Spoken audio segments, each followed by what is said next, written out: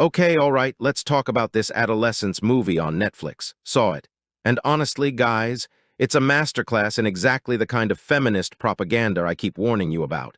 Required viewing, maybe, just so you can see the playbook in action. So you've got this kid, Adam, right? Seems like a decent enough guy, maybe a bit lost, trying to find his way. Then she comes along, Alice. The movie paints her as this alluring, troubled soul, this deep, mysterious girl. Yeah, mysterious, all right, mysteriously good at pulling guys into her vortex of chaos. From the jump, you can see she's got issues a mile wide, but the movie frames it like she's just sensitive or misunderstood. Bull, their whole relationship, they call it this intense, passionate love story. Passionate? Sure. Passionately destructive, mostly thanks to her. They show them getting into heavy stuff, the drug's heroin, wasn't it? And who's dragging who down? The film wants you to think it's this shared spiral, but come on. Look closer. She's the unstable one, the one pushing boundaries, seeking thrills, needing constant drama. He gets sucked in because, let's face it, guys get drawn to that intensity sometimes, especially when they're young and don't know better. But she's the catalyst, the one lighting the fuses, and the fights? Oh boy. They show Adam getting jealous, angry, possessive. And the audience is supposed to gasp and say, see, toxic masculinity, what they don't properly emphasize is why he's reacting. What was she doing just before he got mad? Flirting with someone else, disappearing, saying manipulative, cutting things, playing mind games. They frame his reactions in a vacuum, make him look like the aggressor out of nowhere. But women like that. They know how to push buttons. They thrive on provoking a reaction, then playing the victim when they get one. It's textbook. Then you see Adam trying to get clean, his family stepping in. He has a chance to get out. But what happens? Alice pulls him back. Can't stand to see him escape her orbit, can she? Needs her partner in misery. The movie probably frames this as tragic love or him being unable to resist her pull. No. It's her refusing to let him go, dragging him back down into the sewer with her because misery loves company, especially female misery. Now the ending. Yeah, it's horrific. He kills her. Absolutely wrong, no excuses for the action itself. But let's be real men here and analyze how it got to that point. The part the movie conveniently glosses over with sad music and slow-motion shots of her looking ethereal. They want you to see a monster who snapped. They don't want you asking about the psychological toll she took on him for months, maybe years. The constant emotional warfare, the manipulation, the gaslighting, the pushing him away and pulling him back. The likely verbal abuse stuff they probably depicted as her just being passionate or fiery. Think about it. You take a guy already vulnerable, maybe dealing with his own stuff, you entangle him in addiction, you subject him to constant emotional instability and manipulation, you corner him psychologically again and again. What do you think might happen? She didn't physically hold the weapon, but make no mistake, her fingerprints are all over the situation. The movie presents it as male violence trade erupting from nothing, but it ignores the slow burn erosion, the female behavior that chipped away at his sanity. She bullied him. Maybe not in the playground sense, but emotionally, mentally.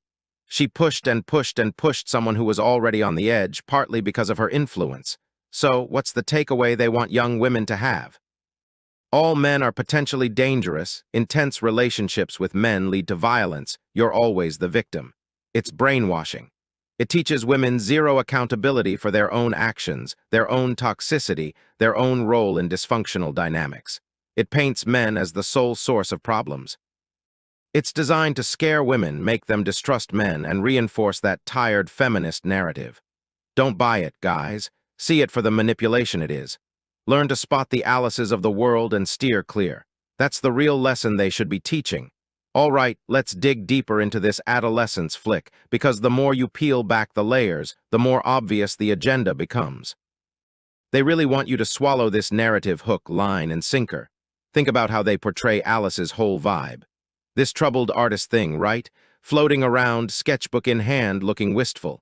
It's the classic manic pixie dream girl trope, but weaponized. They package her instability, her blatant disregard for consequences her own and Adam's as some kind of deep, artistic sensitivity. It's a get-out-of-jail-free card for toxic behavior. Oh, she can't help it, she's just feeling things so intensely. Meanwhile, Adam's supposed to just soak up the emotional shrapnel because, what, she's pretty and writes bad poetry. It trains women to think that being volatile and unreliable is somehow intriguing or profound rather than just plain destructive. And the dynamic where Adam keeps trying to pull away, get clean, get his life together. His family is trying to help him, he sees a path out. What does Alice do every single time? She reappears, not because she loves him in any healthy way, but because she needs him. Needs his attention, needs him anchored to her chaos, maybe even needs him weak so she feels powerful. The movie spins this as irresistible magnetic love. Let's call it what it is, codependency fueled by her desperate neediness and selfishness. She couldn't stand the thought of him being okay without her, so she actively sabotages his recovery. But oh, the tragedy, the star-crossed lovers.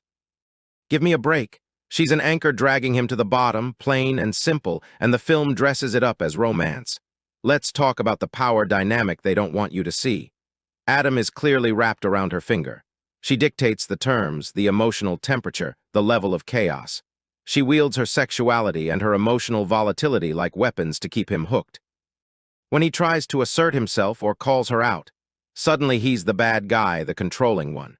Notice how quickly she flips the script, plays the victim, makes him doubt his own perceptions.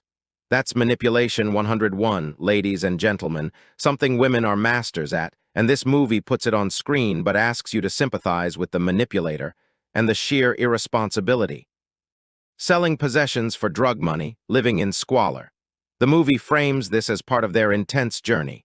No, it's the direct consequence of terrible choices, largely driven by her initial push into that world and her refusal to let either of them leave it. Adam loses everything: his family's trust, his potential, eventually his freedom, all tracing back to getting entangled with her. But the narrative subtly implies society or his male demons are more to blame than the person consistently feeding the addiction and the drama. Finally, the ending again. Beyond the horrific act, think about the message it sends women. It implicitly tells them, you can push a man, manipulate him, contribute to his downfall, drive him to the absolute brink, and if he snaps, society will only blame him. Your role in the escalation will be minimized, romanticized, or ignored. You'll be the tragic victim, he'll be the monster. It absolves women of any responsibility for the atmosphere they create, for the psychological pressure they exert. It reinforces the idea that female actions exist in a vacuum with no consequences, while male reactions are judged in the harshest possible light, regardless of the provocation. It's not just biased. It actively encourages dangerous female behavior by promising victim status as a safety net. That's the poison pill hidden in this tragic little film.